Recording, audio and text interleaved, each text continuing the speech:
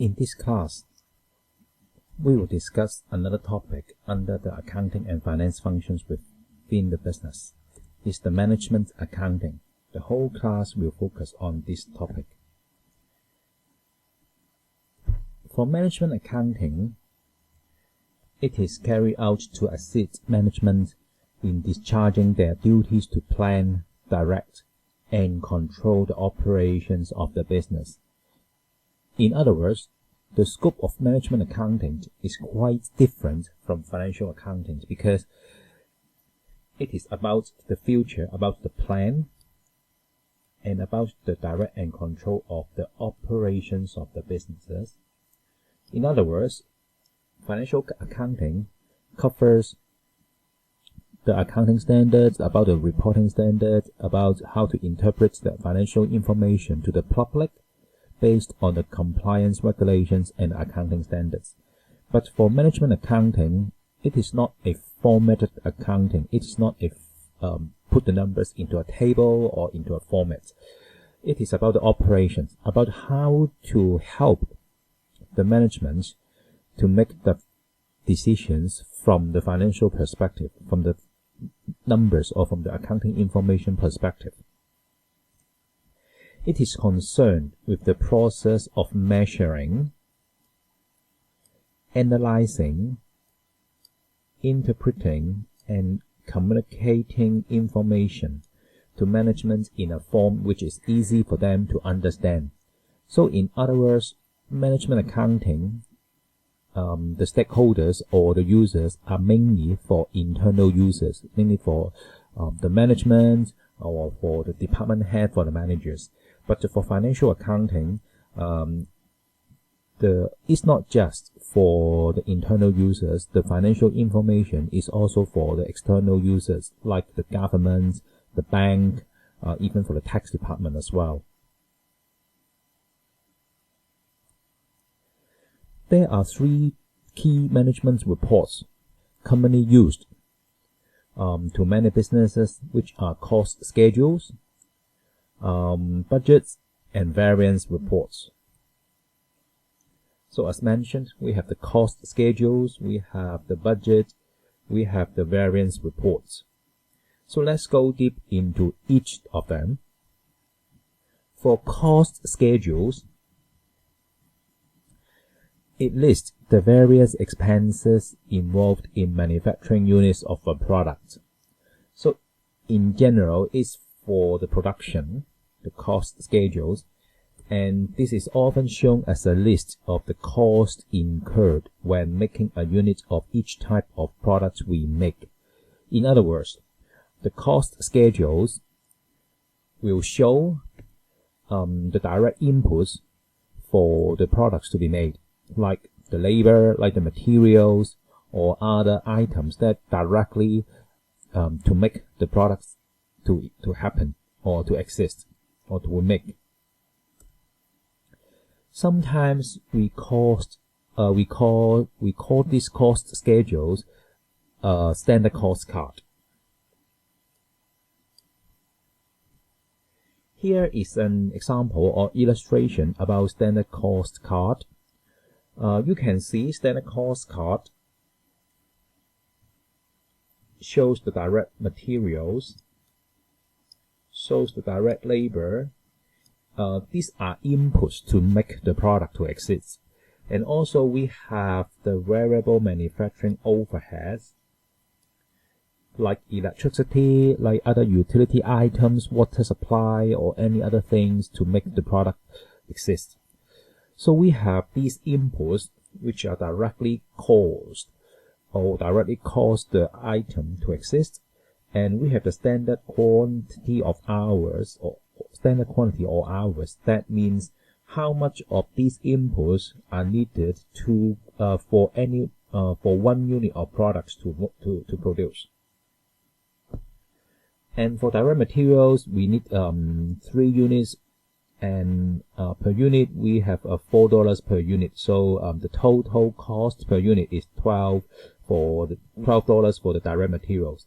And the same logic applied to direct labor and the variable manufacturing overhead. So we have a total standard cost for unit cost, which is 54.5 here. Shows what is the standard cost for 1 unit of product. It is an example showed you how the cost schedules or the standard cost card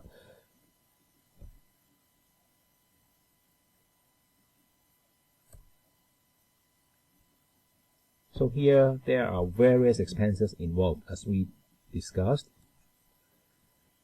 and there are several key business decisions that this report can help a business to make.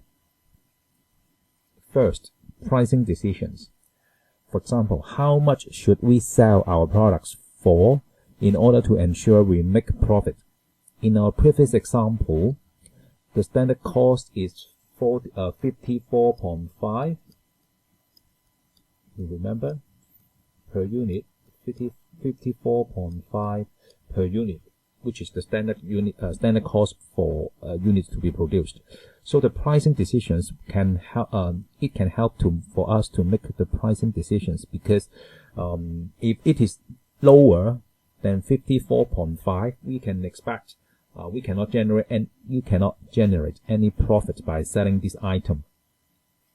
So the price should be higher than that. If not, then we need to consider whether it is still possible or acceptable to produce the product.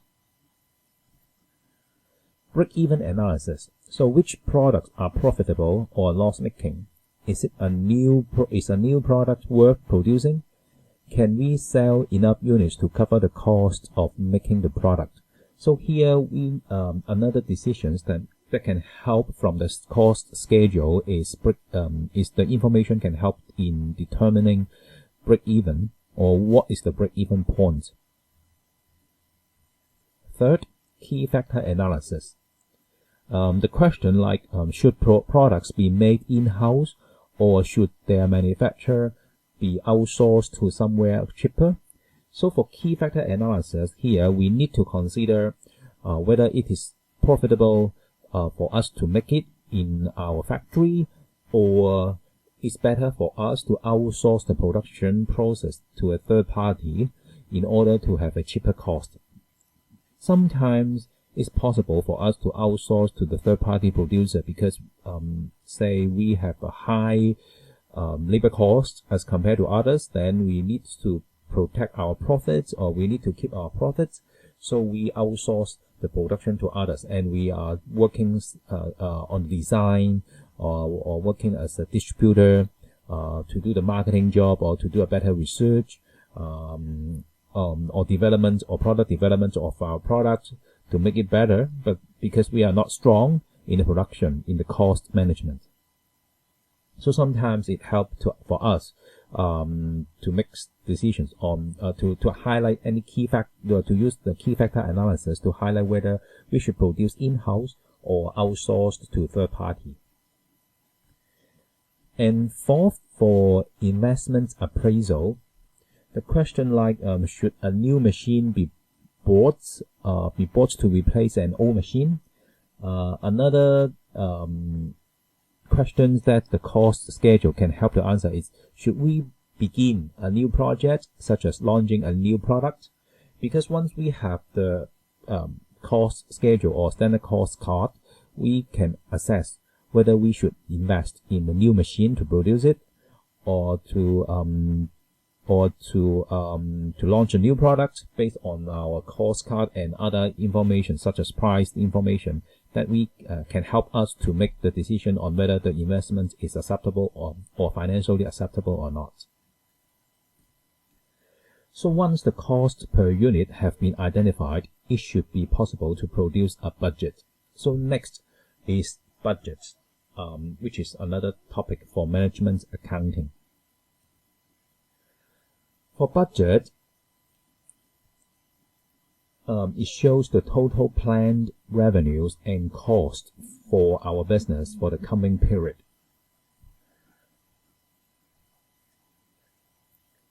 Budgets are useful for several reasons. Here we show coordination, responsibility, utilization, motivation, planning, evaluation, and tallying. So I will go through with them with you for how the budget are useful based on the 7 reasons that we highlight here. First, coordination. The budget provides guidance for managers and ensures they are all working together for the good of the company. Because for the budget, management accountant needs to work with different departments to produce the budget. It includes the sales revenue, maybe coming from the sales department, the cost of sales as well. We need the standard cost card. We need the production department to help in assessing how much of the cost that we need to produce for the product. And then we have other departments input as well, like the marketing department. We need the marketing department to produce the marketing budget for finance department, for management accountant. And also we need like the salaries level. We need the HR input. We need the logistic department's input for the freight and logistic cost. We need the administrative departments to help for, say, the fixed overhead, like the rental or utilities. So we coordinate with different departments by the management accountant to get the total budget for the company. They have a global picture or a big picture on how it can move forward based on the production volume, based on the sales, and based on the activities in each department. And next, responsibility. The budget authorizes managers to make expenditure, hire staff, and generally follow the plans laid out in the budget. So it gives each department the responsibility on how much they can spend. For example, the marketing budget. If the marketing budget agreed, say, at 10 million, so the marketing department is responsible to invest that's 10 million for the business, and they need to use the money, say, to have the marketing activity. Maybe they need to ensure there's no over expenditure. They can use the internal resources, including as well, or they can use the money by purchasing any third-party services to do it. Utilization.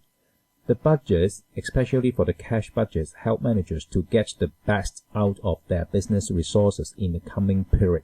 So in other words, when after preparing the budgets, the board of directors approve it, then for each department heads, they can make the business decisions based on the budget already laid out and approved. And so the business resources can be identified, so they can use their best way to utilize the resources allocated to them. And motivation. The budget can be a useful device for influencing the behavior of managers and motivating them to perform in line with business objectives. So once the budget is set, the department head need to follow through with the budget guidelines on their activities and their resources. So the managers can have a target for them to move forward. And once they can meet the objectives, then the whole company can meet the objective as well. It is a very good motivation for the department managers, because they can contribute to the success of the company. And for the budget, it means planning. And budgets force the managers to look ahead. They help them to identify opportunities for or threats to the business and take effective action in advance, especially when the budget is gone through with the board of directors. A lot of questions will be asked by the senior or experienced managers to each department heads. So for each department heads, they need to think about the forward. They need to think about the opportunities and threats, because it will have the impact to the company as a whole or to any other departments. So they need to think and to plan. If Without evaluation, then the budget is useless. So budgets are often used as the basis for management appraisal. The manager has performed well if they have met their budgets in the period. In other words, budget is also a guideline or even a benchmark for any manager for a particular period as a goal for them to achieve it. If they achieve, then for the evaluation, that means they can perform. So it is also very useful or important in evaluation for a manager's performance. And the last reason or the final reason here is telling for the budget. The budget also called, sometimes we also call it a communication, a tool of communication. And budgets ensure that all members of the business understand what is expected from them during the coming period. Say, for example, if for the next year, the sales target is 100 million, and with the profit after all costs of sales and marketing spending and any other overhead fixed costs incurred, the budget target is, say, 8 million. So, for example, 100 million for sales and 8 million for the net profits. Then the company has the framework on next year target. It is a tool. The budget is a tool to communicate this message to every department in the company. So in each department, the manager in charge right now should know what's the financial numbers for them in next year is expected, and they have a goal to do it. So it's a tool of communications across different departments in the company. Though we have a lot of good reasons that we should have the budget, but one major drawback here is that they are only estimates of what will happen in the coming period. In reality, most businesses will not perfectly achieve the targets set out for them in their budgets. That means they will have to prepare a variance report at the end of each period.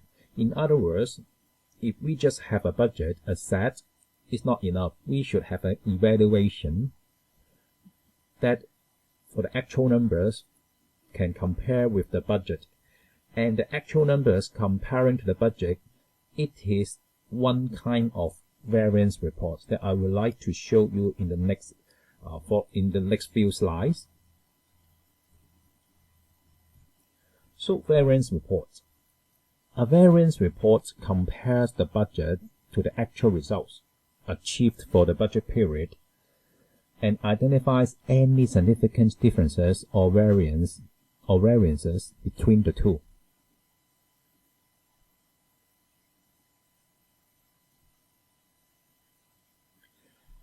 And variance report is one of control measures that is appropriate to the followings. First of all, management accounting or management accountant is responsible for internal controls, as we just described, one of the key responsibility for management accountant. And for controls, or here what we call is the budgetary control, the management accountant can help to do it by go through the variance report. So we set the budget, we have the assumptions behind, but now we have the actual numbers and prepare the variance report. We know how can we achieve it, or why we cannot achieve the budget target. So for the variance report, it helps to prevent adverse variances from occurring again in the future. So it is one of the key feature of variance report, that is to protect for any adverse variances again in the future. And then the variance report can highlight any good variance.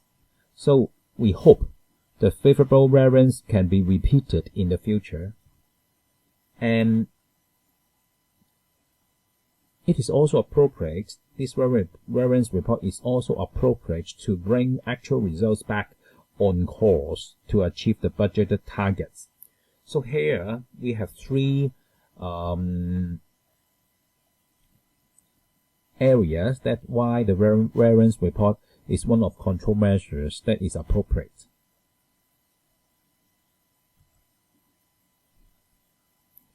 And now, I would like to discuss with you the differences between management and financial accounting. But before that, I just would like to highlight with you that the management accounting function has a particular important role in formulating, implementing, and controlling business policy and performance. As we just mentioned in our previous slides, and for example, a business may have an objective to grow its revenues and profits. It will then need to examine possible ways of achieving this. For example, like launch new products or even acquisition of a competitor. And for management accountant can contribute to the business process or the policy or process, since the achievement of the organization's goal is usually measured in monetary terms, and the management accountant is needed or required to set up the objectives, financial objectives that I mean, and to evaluate of various possible strategies to achieve it. So here, even once the strategy is selected and implement and execute, so for example, like the launch of new product, when the business needs to monitor the business performance, the management accountant can contribute in this area. And so here is the key strength of management accountant can contribute for the internal users. So here, the comparison between financial and management accounting. First, the purpose of information. For management accountant, a set is for internal use. It helps in planning, controlling, and decision making. Sometimes for the company strategy, formulation and implementation, management accountant need to involve in the strategy planning, especially for the financial goal. But for financial accounting, it's mainly for external use. Sometimes it's for internal use as well, like to the board of management or to the board of directors. Financial accounting helps to record the financial performance in the period and the financial position at the end of the period. So it is the first item here. Number one is the statement of profit and loss, and number two, the financial position at the end of period is generally referred to the statement of financial position. And next, for legal requirements, for management accountant, there is not legally required to have any management report, so there's no fixed format or template for it. And for financial accounting, limited companies have to produce financial accounts and submit or file with the local government departments. And formats, as said, management accounting has no fixed format. And financial accounting, there's format, yes, and content of financial accounts must follow accounting standards and company law for each the different countries required. Nature of information, management accounting is not just financial numbers. Sometimes this also include non-financial information, but for financial accounting, mostly is financial numbers. The last difference between management accounting and financial accounting I highlight here is about the time period. For management accounting, is both include both historical numbers and forward-looking numbers as well. But for financial accounting, it's mainly a historical record. And now, let's move on to discuss on another topic, which is integrated reporting. For many organizations, they publish the audited financial statements or the annual reports, for example, like the listed company, to the shareholders and to the public. And all those reports are mainly for including the financial statements are prepared by the financial accountants. They cover the organization's financial performance and positions, which is on the traditional way. But now, the integrated reporting approach was adopted by many organizations because they need to report any other relevant information about the organization that would be of interest to the users. So what are the other relevant information? The information such as major risk that organizations faces and any actions they have taken to deal with this risk. So it's about the risk they need to highlight, and also including the organization's performance regarding ethics and corporate social responsibility. And also, one example is the organization's performance with regard to sustainable development. So here, it's not just the financial numbers. The organization needs to report the issues or findings for their corporate social responsibility as well as the sustainability. And in the past, the company can include corporate social responsibility reports or sustainability reports in the annual report shared to the stakeholders or to the shareholders. But it is not a good way to separate different reports in the annual reports or in other means of mediums shared with the stakeholders. So the idea that put all reports into one report is a strategic move, and it captures the strategic and operational actions of management in its holistic approach to business and stakeholder well-being. And the management accountant, as said, he is responsible for the integrated reporting. The management accountant must be able to collaborate with top management in the integration of financial well-being with community and stakeholder well-being. So there should be no conflict between this financial performance and other non-financial performance. They should be collaborate with each other. And integrated reporting brings statutory reporting closer to the management accountant and makes management accountants even more important in bridging the gap between stakeholders and the company's reports. There is a blame in the past. The annual report or the company's annual report, the focus is on the financial numbers or financial statements. And different stakeholders, say the government, the community, or any other stakeholders other than the shareholders, are remote from the company's report. So right now, the management accountants can help to bridge the gap between stakeholders and the company's reports, especially for those they are not shareholders. And the management accountant will be expected to produce the information that,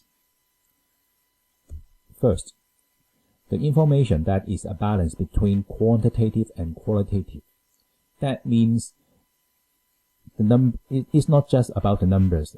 There should be a story behind the numbers for the company or for the organization to explain to different stakeholders.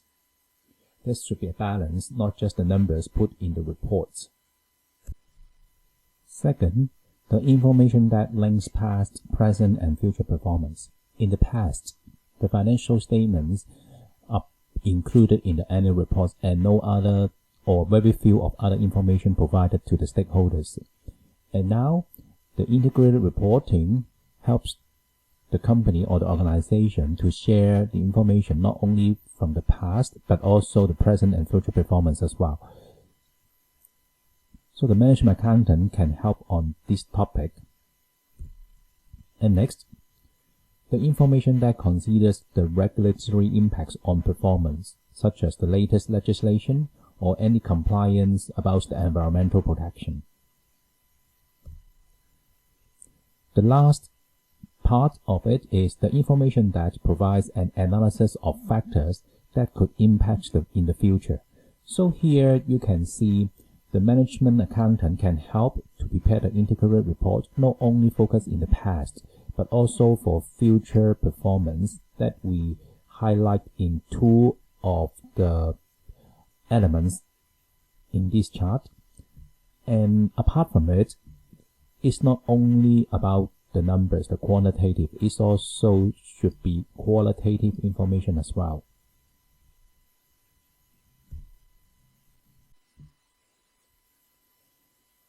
In order to succeed in the integrated reporting, there is an integrated reporting framework here. Integrated reporting framework. It recognizes the importance of looking at financial and sustainability performance in an integrated way, one that emphasizes the relationships between what it identifies as the 6 capitals.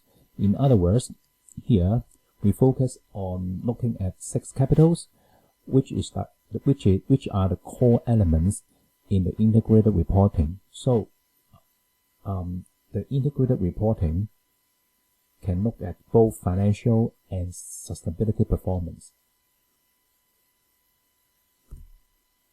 Here are the 6 capitals, which are the financial capital, manufacture capital, intellectual capital, human capital, social and relationship capital, and nature capital. So let's go through them one by one. For financial capital, examples include shares, bonds, or bank notes.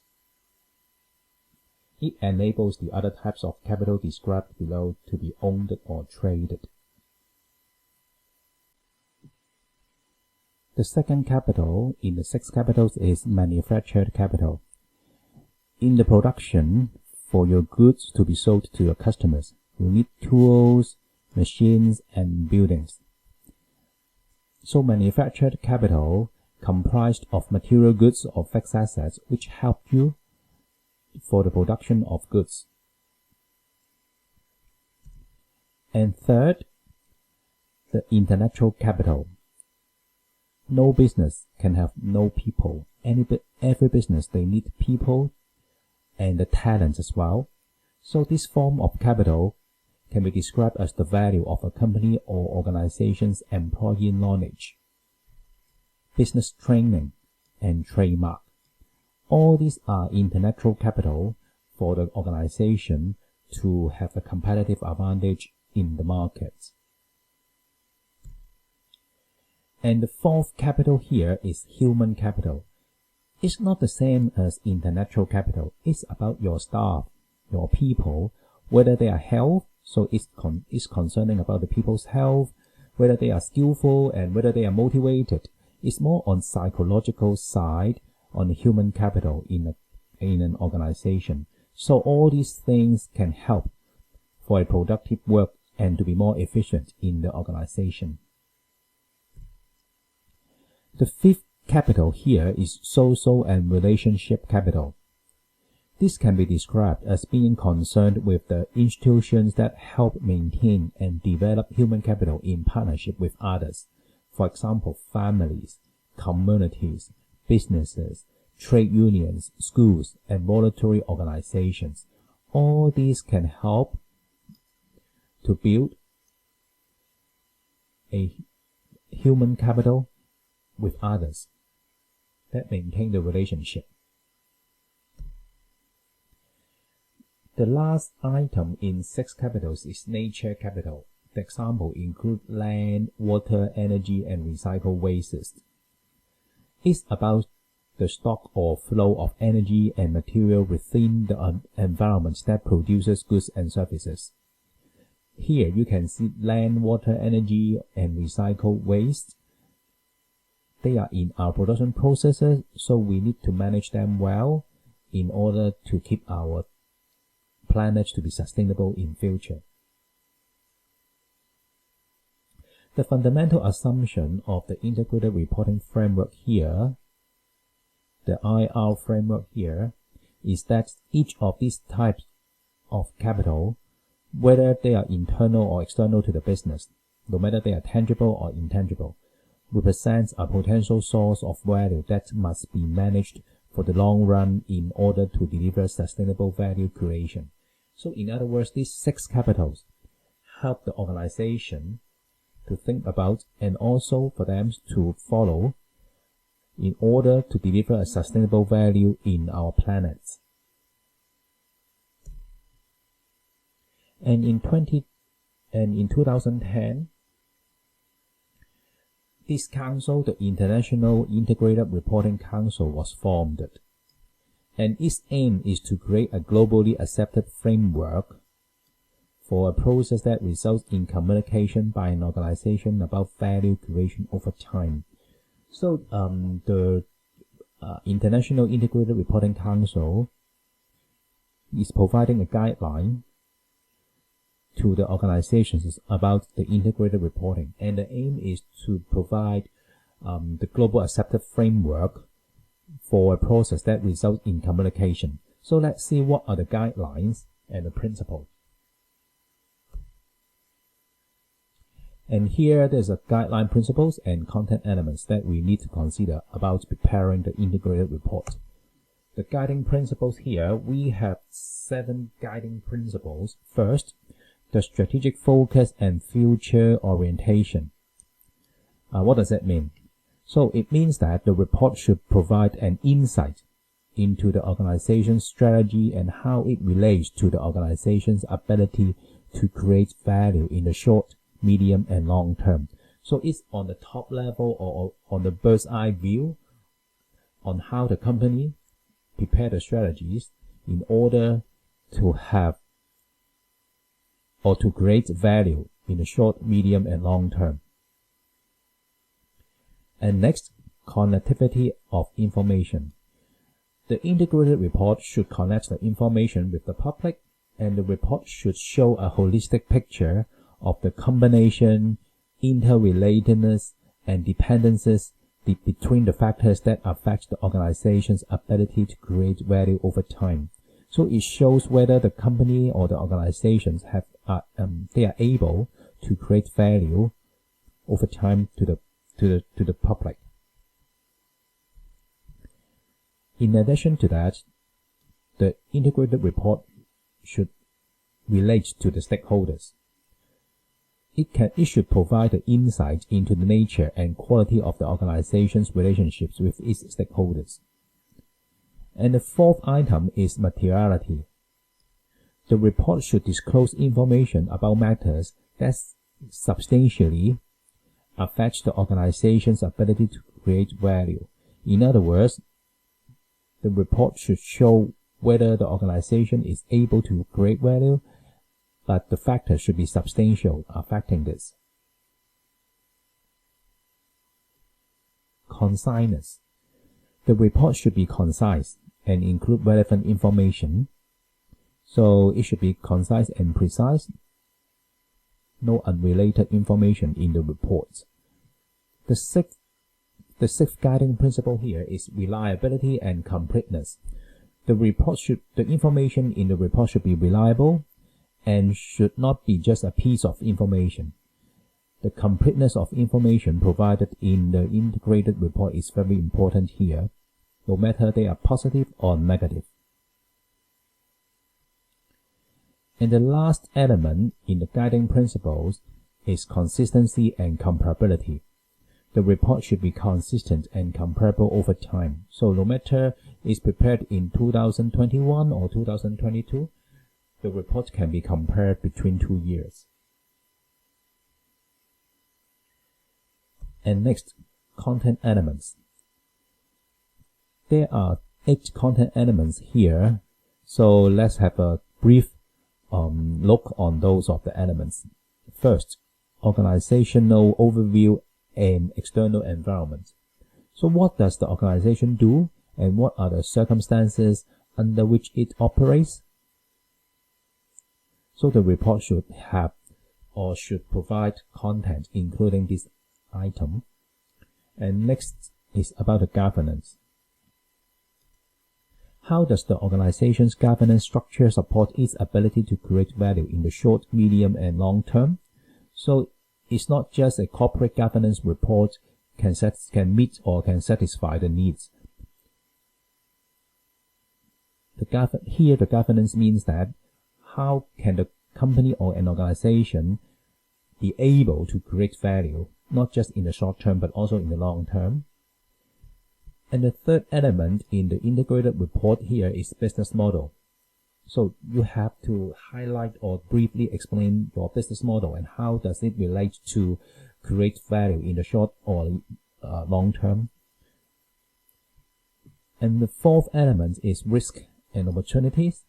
What are the risks and opportunities that affect the organization's ability to create value over the short, medium, or long term, and how is the organization dealing with them?